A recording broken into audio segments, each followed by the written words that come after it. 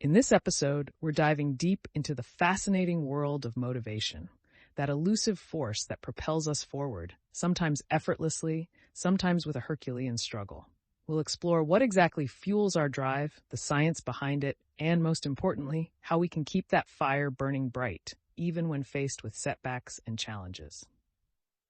Exactly. Motivation isn't some magical ingredient. It's a complex interplay of factors, both internal and external. Think of it like a car engine. You need the right fuel, goals, purpose, a well-maintained system, habits, mindset, and a clear destination, vision, to keep it running smoothly. But sometimes, even the best-tuned engine needs a little boost. Absolutely. And that's what we're here to unpack today. We'll explore different theories of motivation, from the classic carrot and stick approach to the more nuanced understanding of intrinsic and extrinsic motivations. We'll also look at practical strategies for boosting motivation, techniques for setting effective goals, and dealing with inevitable moments of procrastination. Ready to ignite those motivational engines? Let's do it. First, let's tackle the basics. What even is motivation? Is it just wanting something badly enough? Or is there more to it? It's more than just wanting something. It's the process that initiates, directs, and maintains goal-oriented behavior. Think about it. You don't just want to finish a project. You actively plan it, work on it, overcome obstacles, and ultimately achieve it. That entire process is driven by motivation. It involves both cognitive, thinking, and emotional feeling components. That makes sense. And it's not always a straight line, right? There are ups and downs, moments of incredible productivity followed by periods of, well, let's just call them creative pauses. Exactly. The journey towards achieving any goal rarely follows a perfectly smooth trajectory. There are plateaus, setbacks, and moments where you question everything. That's where understanding the different types of motivation comes in handy. Right, let's talk about intrinsic and extrinsic motivation. These terms get thrown around a lot, but what do they actually mean? Intrinsic motivation comes from within. It's the drive that stems from your own interest, enjoyment, or satisfaction in the activity itself. Think of a hobby you love. You do it not for any external reward, but because it brings you joy. So, painting for the sheer pleasure of it or playing a musical instrument just because you love the sound, those are examples of intrinsic motivation. Precisely. Extrinsic motivation, on the other hand, is driven by external factors: rewards, praise, deadlines, or avoidance of punishment. Think of getting a bonus at work or studying hard for a good grade. So, a carrot and a stick, essentially. But which one is better? Is intrinsic motivation always superior? Ideally, a balance of both is best. Purely extrinsic motivation can lead to burnout and a lack of genuine engagement. Imagine only working for a paycheck. That can quickly become soul-crushing.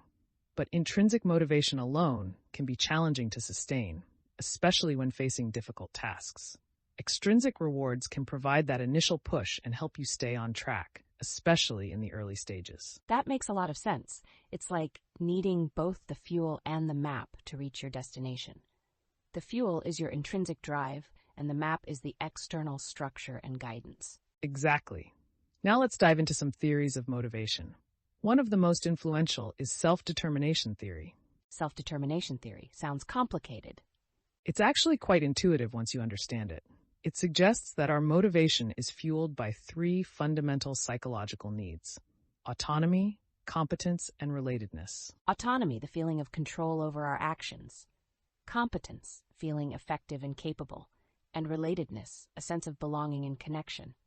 Spot on. When these needs are met, our motivation thrives. When they're thwarted, our motivation suffers. Think about a job where you feel micromanaged, lack of autonomy, constantly making mistakes, lack of competence, and isolated from your colleagues, lack of relatedness. Motivation plummets. Yeah, that sounds utterly draining. So, how can we apply this theory to boost our own motivation? By consciously focusing on fostering these three needs. Seek out activities that give you a sense of control, allow you to develop your skills, and connect you with others who share your interests. That's excellent advice. It's about creating an environment that supports your psychological well-being, not just focusing on the task itself. Precisely. Another important theory is goal-setting theory. This emphasizes the importance of setting specific, measurable, achievable, relevant, and time-bound SMART goals. SMART goals, I've heard that before. But what makes them so effective? SMART goals provide clarity, direction, and a sense of accomplishment as you progress towards them. Vague goals like get in shape are far less motivating than lose 10 pounds in 3 months by exercising 3 times a week and following a healthy diet. That's a much clearer and more achievable goal. It breaks down the larger objective into smaller, manageable steps. Exactly. And the sense of progress you feel as you tick off those smaller steps is a powerful motivator in itself. It reinforces your belief in your ability to succeed. So we've talked about the why of motivation, the underlying psychological needs, and the importance of setting SMART goals.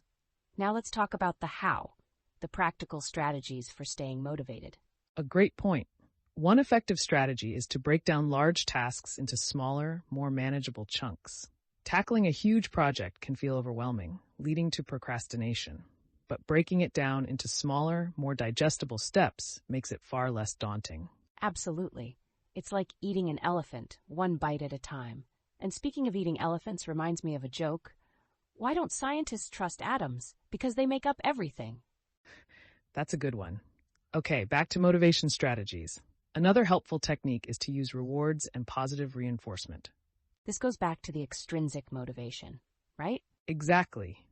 Rewarding yourself after completing a task, no matter how small, can reinforce positive behavior and create a sense of accomplishment. But it's crucial to choose rewards that align with your values and goals, and not to indulge in unhealthy coping mechanisms. A healthy reward could be a relaxing bath after a long day of work, or a delicious meal after completing a challenging project. Not another bag of chips, though sometimes a bag of chips is the ultimate reward. That's true. Sometimes chips are the only solution. Another effective technique is to cultivate a growth mindset.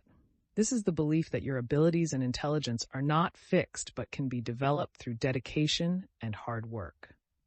So, embracing challenges instead of avoiding them, viewing failures as learning opportunities, and focusing on effort rather than innate talent.